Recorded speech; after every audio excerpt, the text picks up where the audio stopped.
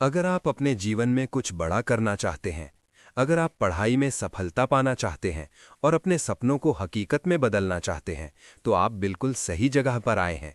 ये है आपका अपना चैनल, जोत मोटिवेशन, जहां हर दिन आपको मिलेगा ऐसा जोश, ऐसी ऊर्जा और ऐसे विचार जो आपको आपकी सीमाओं से बाहर निकलकर आगे बढ़ने के लिए प्रेरित करेंगे। यहाँ हम बात करते हैं सफलता की, अनुशासन की, सही रणनीति की और उस मानसिकता की जो आपको हर परिस्थिति में मजबूत बनाती है। अगर आप चाहते हैं कि आप कभी हार ना माने, हमेशा आगे बढ़ते रहें और अपने लक्ष्य को हासिल करें, तो अभी इस चैनल को सब्सक्राइब करें और हमारे साथ इस सफलता की यात्रा का हिस्सा बनें। ये विषय 10 जापानी अध्ययन रहस्य पढ़ा हुआ कभी नहीं भूलोगे केवल एक शीर्षक नहीं है, बल्कि ये एक ऐसी सोच, अनुशासन और अध्ययन पद्धति का प्रतिनिधित्व करता है जिसने दुनिया भर में विद्यार्थियों को असाधारण सफलता दिलाई है। जापान की शिक्षा प्रणाली केवल किताबें पढ़ने तक सीमित नहीं है, बल्कि ये मानसिक मजबूती, निरंतरता, गहराई से समझने की क्षमता और आत्मनियंत्रण पर आधारित है। यदि कोई विद्यार्थी इन सिद्धांतों को अपने जीवन में उतार ले, तो वो न केवल पढ़ा हुआ याद रख सकता है, बल्कि उसे लंबे समय तक उपयोग भी कर सकता है। सबसे पहला और महत्वपूर्ण सिद्धांत है निरंतरता। जापानी विद्यार्थी ये मानते हैं कि एक दिन में बहुत ज्यादा पढ़ना उतना प्रभावी नहीं है जितना कि रोज थोड़ा थोड़ा पढ़ना। जब आप रोजाना नियमित रूप से पढ़ते हैं, तो आपका मस्तिष्क उस जानकारी को धीरे धीरे मजबूत करता है और वो दीर्घकालिक स्मृति में परिवर्तित हो जाती है। यही कारण है कि वो छोटे छोटे कदम बड़ी सफलता के सिद्धांत पर काम करते हैं। दूसरा महत्वपूर्ण सिद्धांत है गहराई से समझना। जापान में रटने की बजाय समझने पर जोर दिया जाता है। जब आप किसी विषय को केवल याद करने की बजाय उसे समझते हैं, तो वो आपके दिमाग में स्थायी रूप से बैठ जाता है। समझने की प्रक्रिया में दिमाग सक्रिय रूप से काम करता है, जिससे जानकारी लंबे समय तक बनी रहती है। तीसरा सिद्धांत है पुनरावृत्ति की शक्ति। जापानी अध्ययन प्रणाली में बार बार दोहराने को बहुत महत्व दिया जाता है। वे समय समय पर पुराने विषयों को दोहराते हैं, जिससे भूलने की संभावना कम हो जाती है। ये प्रक्रिया स्मृति को मजबूत करती है और परीक्षा के समय आत्मविश्वास बढ़ाती है। चौथा सिद्धांत है ध्यान और एकाग्रता। जापानी विद्यार्थी पढ़ाई के समय पूरी तरह से ध्यान केंद्रित करते हैं।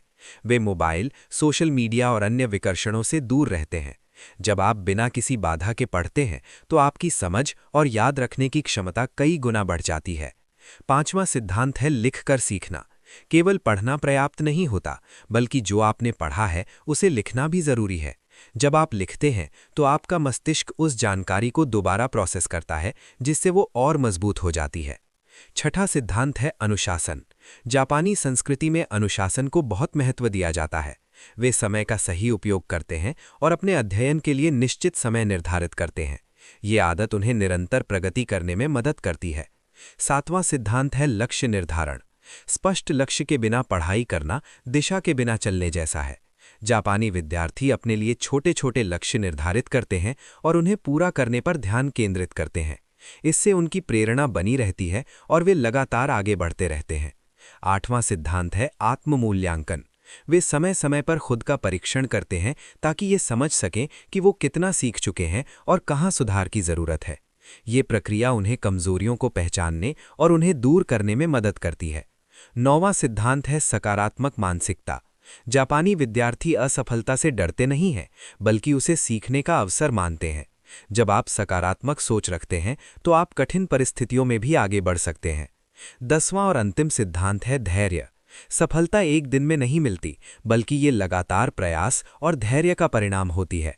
जापानी विद्यार्थी ये समझते हैं कि हर दिन का छोटा प्रयास भविष्य में बड़ी सफलता में बदलता है। यदि इन सभी सिद्धांतों को एक साथ देखा जाए, तो ये स्पष्ट होता है कि पढ़ाई केवल जानकारी इकट्ठा करने का माध्यम नहीं है, बल्कि ये एक जीवन शैली है। जब आप निरंतरता, अनुशासन, समझ, पुनरावृत्ति और सकारात्मक सोच को अपने जीवन में अपनाते हैं, तो आप न केवल पढ़ा हुआ याद रख सकते हैं, बल्कि जीवन के हर क्षेत्र में सफलता प्राप्त कर सकते हैं।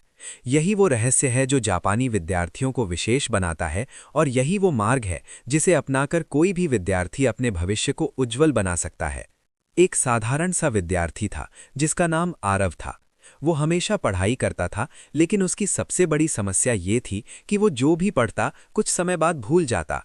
किताबों के पन्ने पलटते पलटते उसे लगता जैसे सब कुछ नया है, जैसे उसने पहले कभी पढ़ा ही नहीं।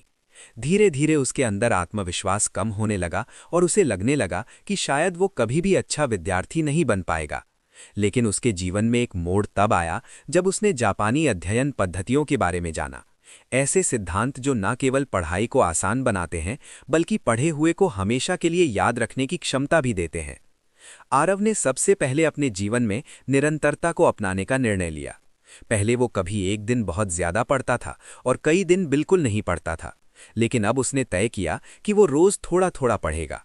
शुरुआत में ये बदलाव आसान नहीं था, लेकिन धीरे धीरे ये उसकी आदत बन गई। कुछ ही दिनों में उसने महसूस किया कि जो वो रोज पढ़ रहा है वो उसके दिमाग में पहले से ज्यादा समय तक टिक रहा है। इसके बाद उसने केवल रटने की आदत छोड़कर समझने पर ध्यान देना शुरू किया। पहले वो सिर्फ उत्तर याद करता था, लेकिन अब वो ये जानने लगा कि उस उत्तर के पीछे का कारण क्या है। जब उसने किसी विषय को गहराई से समझना शुरू किया तो उसे एहसास हुआ कि उसे याद करने की जरूरत ही नहीं पड़ रही, क्योंकि वो अपने आप दिमाग में बैठ रहा है। आरव ने तीसरा कदम उठाया, पुनरावृत्ति को अपनाने का। पहले वो एक बार पढ़कर आगे बढ़ जाता था, लेकिन अब उसने हर कुछ दिनों में पुराने विषयों को दोहराना शुरू किया। इससे उसका आत्मविश्वास बढ़ने लगा, क्योंकि उसे महसूस हुआ कि वो चीजों को भूल नहीं रहा बल्कि और मजबूत कर रहा है। धीरे धीरे उसने अपने पढ़ाई के वातावरण को भी बदल दिया। उसने अपने मोबाइल को दूर रखना शुरू किया, सोशल मीडिया का समय सीमित कर दिया और एक शांत जगह पर पढ़ना शुरू किया। जब उसका ध्यान भटकना बंद हुआ तो उसकी एकाग्रता कई गुना बढ़ गई और वो कम समय में ज्यादा सीखने लगा। एक और महत्वपूर्ण बदलाव उसने ये किया कि वो जो पढ़ता उसे लिखता भी था। पहले वो सिर्फ पढ़कर आगे बढ़ जाता था, लेकिन अब वो नोट्स बनाता, महत्वपूर्ण बिंदुओं को अपने शब्दों में लिखता और समय समय पर उन्हें दोहराता। इससे उसकी समझ और याददाश्त दोनों मजबूत हो गई। समय के साथ उसने अनुशासन को अपनी दिनचर्या का हिस्सा बना लिया। अब उसके लिए पढ़ाई एक बोझ नहीं थी, बल्कि एक आदत बन चुकी थी। वो रोज एक निश्चित समय पर पढ़ता और अपने लक्ष्य के अनुसार आगे बढ़ता। उसने छोटे छोटे लक्ष्य बनाए और उन्हें पूरा करने पर खुद को प्रेरित किया। आरव ने आत्म मूल्यांकन करना भी शुरू किया। वो समय समय पर खुद से प्रश्न पूछता, टेस्ट देता और ये समझने की कोशिश करता कि वो कहाँ कमजोर है। जब उसे अपनी कमजोरियां पता चलने लगी तो उसने उन पर काम करना शुरू किया और धीरे धीरे उनमें सुधार आने लगा। उसकी सोच भी बदलने लगी। पहले वो असफलता से डरता था, लेकिन अब वो उसे सीखने का अवसर मानने लगा। जब भी वो किसी प्रश्न का उत्तर गलत करता तो वो निराश होने की बजाय ये सोचता कि उसने कुछ नया सीखा है। ये सकारात्मक सोच उसे लगातार आगे बढ़ने के लिए प्रेरित करती रही। सबसे महत्वपूर्ण बात जो उसने सीखी वो थी धैर्य। उसने समझ लिया कि सफलता एक दिन में नहीं मिलती, बल्कि ये लगातार प्रयास और धैर्य का परिणाम होती है। हर दिन का उसका प्रयास उसे उसके लक्ष्य के करीब ले जा रहा था। समय बीतता गया और वही आरव जो पहले पढ़ा हुआ भूल जाता था, अब अपने दोस्तों के लिए प्रेरणा बन गया। उसकी याददाश्त मजबूत हो गई थी, उसकी समझ गहरी हो गई थी और उसका आत्मविश्वास पहले से कहीं ज्यादा बढ़ गया था।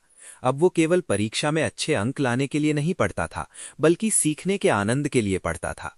इस पूरी यात्रा ने उसे ये सिखाया कि सही तरीके से पढ़ाई करना ही असली रहस्य है।